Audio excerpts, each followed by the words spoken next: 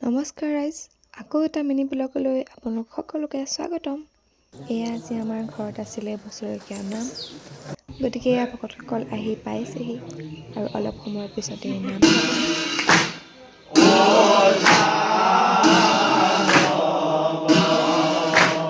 আৰু এয়া প্ৰসাদৰ বাবে কলৰ যোগাৰ কৰি আছে।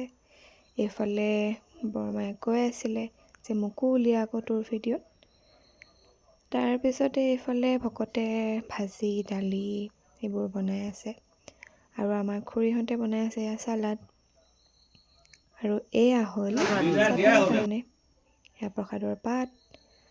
আৰু এয়া অলপ সময়ৰ পিছতে ভকতসকলে খাবলৈ বহিলে। এয়া তাৰপিছতে তাইৰে মোৰে অকণমান বাৰ্তালাপ আৰু তাই মোক কৈ আছিলে চোৱা মই লিপষ্টিক লগাইছোঁ কিমান ধুনীয়া লাগিছে। তাৰ পিছতে আমি খাবলৈ বহিলোঁ।